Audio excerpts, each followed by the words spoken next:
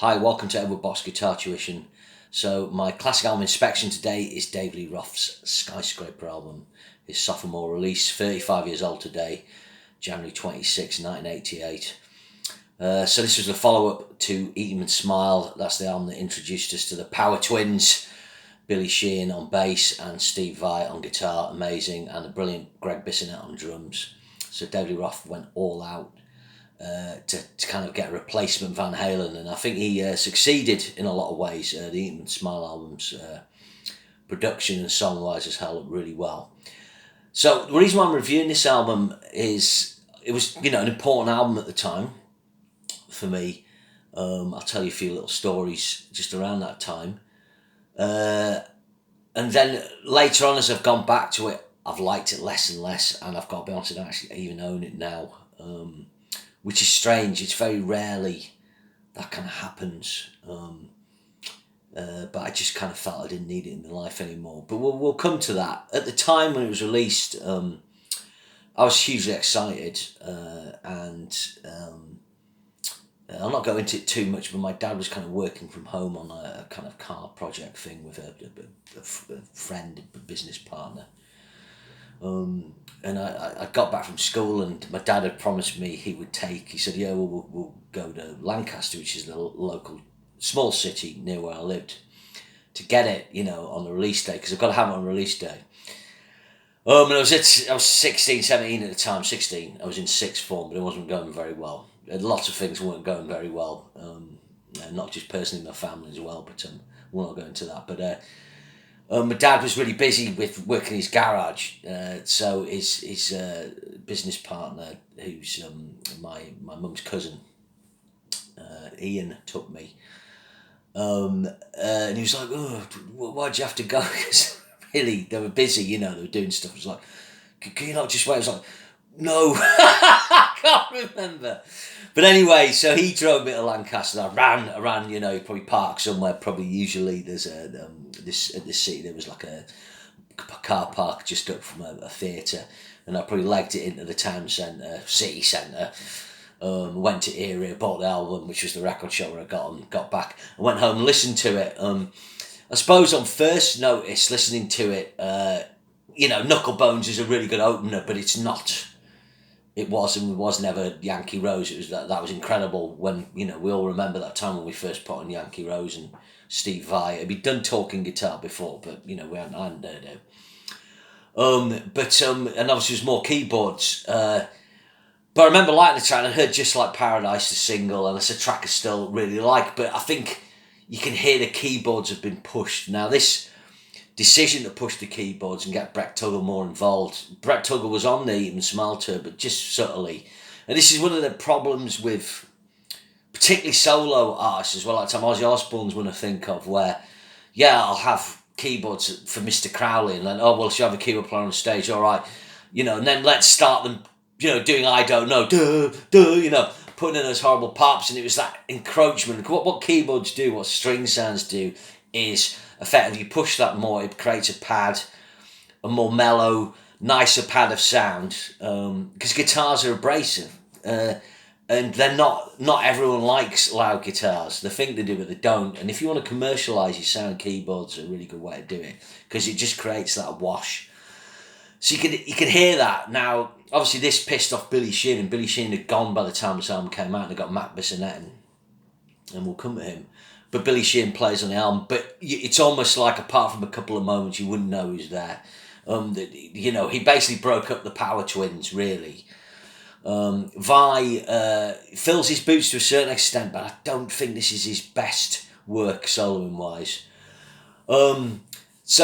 Fair play to Dave for experiment, but he could have just made Eat 'Em and Smile Part 2 and had a track like Just Like Paradise, and maybe something else a bit more commercial, and we'd all been very happy, The album still did well, it still went platinum. The third track, Bottom Line, this is interesting, it was a called Vai harmonised thing. I remember him talking about it. He kind of stacks minor seventh chords, but his individual harmonies, I think. I tried working out when he's talking about it in guitar, but I didn't quite get it. I should also say this is the point where Vai really goes up as a brand, on the Eat 'Em Smile album, he doesn't have a signature guitar at that point. He's got his green Demon or whatever it's called. By this point, he's got the floral Jam Ibanez. He's on the front of a Guitar World, his crazy hat and, full hair gear, and he's majorly a major player. Not that he wasn't, but he's maybe the top guitarist in rock at this point, or in terms of profile. So I like the Bottom Line. Then you got Skyscraper, and I always used to love this track, and I still kind of do. It's very experimental. This is very synthy. There's an argument, it's a bit pretentious, and this has got a great solo on it by Vi. This track was really cool live, actually. I remember I saw him twice on this tour, actually. Roth. I saw him at Donington in '88. This was after the Guns N' Roses crush, when two fans got killed, and Roth, I still remember him calming it down, trying to. But I also remember the band came out. I think Vi had like a fancy suit on, but strange. But on the Skyscraper dates were good. He went around the arena on a surfboard, so even though this album wasn't as liked, I think the not liking as much came later, really. The tour was big and, great. But yeah, Skyscraper track, I've digressed, sorry. I still think it's cool. Then you got Damn Good, which is a nice acoustic sort of track. Vi uses sitar. I think he's got a kind of dad-gad type tuning. I really like this. Is a really mellow track. I like the nostalgic aspect of it, and that ended the original side one. So what's the problem with it? Too much keyboards, but a lack of a kick-ass rocker. Yankee Rose into Shy Boy. You've got two kick-ass songs there. And then for a kind of mellow track that's really cool, you got Ladies Night in Buffalo. Funnily enough, it was sometime, a little while ago, I was somewhere and we had Ladies Night in Buffalo, and my wife said, "Oh, this is really good, who's this?" I don't know if she was aware of it. I said, "Oh, it's the David Roth Ladies Night in Buffalo." It's always interesting when someone else kind of hasn't heard a track before, but they instantly respond to it. You just know it's good. And so that's what's missing on side of this. And, there's no power twin bit. Maybe the Bottom Line's got a bit like Vi. The Knucklebones is quite a subdued solo, really, just like Paradise does the kind of harmony things. Bottom Line's a harmony solo. Skyscraper, he lets rip, but then there's not really any solo on Damn Good. It's missing that moment for me. Then side two opens with Hot Dog and a Shake. I used to love this track when I was younger. It's got a good Vi tap solo. Again, I like it. It's just a bit thin, It's kind of trying to be a balls out rocker, but the production has kind of reduced its sound. I suppose that's the thing, You want like a nice juicy gravy, and it's been reduced to like a thin you. So I'm not as fussed with that track. I think they played that live. In fact, I think they played about the first 6 tracks off this album live. I could be wrong. Then you've got Stand Up, which, again, I liked at the time. I remember I learned the riff to this and then borrowed some kid's guitar in music. I was in sixth form, did music GCSE for a year. And I tried to show off and play him, on the riff. And he was probably like, "Oh, yeah, it's really good," thinking it was a bit of a twat. Well, I did tend to do that. I didn't tend to pick up the guitar off people and play it because, I wasn't good at anything else. So, anyway. Stand Up, it's got the stupid kind of stand up, which I kind of liked when I was 18, 17, but not now. This was a single, it's co-written by Brett Tuggle.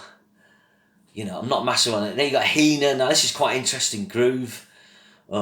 It's got some cool like ping pong delay. So the guitar's one side and then the delay ping pongs on the other side of the stereo spectrum. It's like an experimental track. It's like Skyscraper. It's a track that works well on the album if the album had more of the things I was talking about. You got Perfect Timing next, which, it's got those big Vi guitar chords at the start. It's just a bit cheesy and commercial, so I'm not too fussed with it. And then it finishes with 2 Fulls a Minute, a track I really like. You've got a cool, crazy vibe bit, and there's some cool, like, Billy Sheehan. This is the bit where you do get the power twins a little bit. It's a kind of fun finisher. But if you think about Eat 'em and Smile, side 2 of Eat 'em and Smile, you've got Bump and Grind, Elephant Gun, really rocking hard. You got the Tobacco Road, which is good fun, and then you've got Big Trouble with one of the great guitar solos. There's just not, Vi. It's maybe he's already thinking about Passion and Warfare. I'm not saying he doesn't do some great solos in this, but it's just not his best. At the time, I didn't think that. It's just since then I've kind of changed. There's also the period where Vi introduced the Eventide harmonising. His guitar gets more processed. So on the Eat and Smile album, it is literally, I think, a carving amp or a Marshall amp, well mic'd, with his green guitar. I'm guessing, probably using some kind of Boss overdrive, at the front of the signal, and just letting it rip, and his tone comes through. But yeah, I mean, what Vi's doing here kind of suits probably the direction Roth wanted to go in. I think he was obviously a happier camper with Roth with this direction rather than Sheehan, who left afterwards. Or maybe Vi was playing a long game, maybe Sheehan was like, oh, I want to do something else. And obviously he teamed up with Paul Gilbert, and, Mr. Big was, they kind of recreate the Power Twin thing, really. And successfully, they did, in actual fact, Mr. Big on their second album did as well as Lee Roth.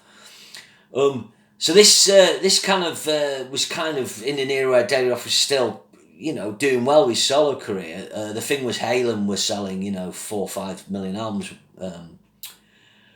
with 5150 and OU812, and Roth was stuck on platinum, maybe getting close to double platinum.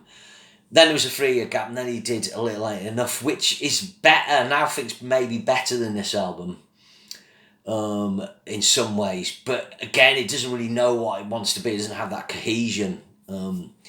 He's writing tracks with Steve Hunt. He's got some Jason Becker in there.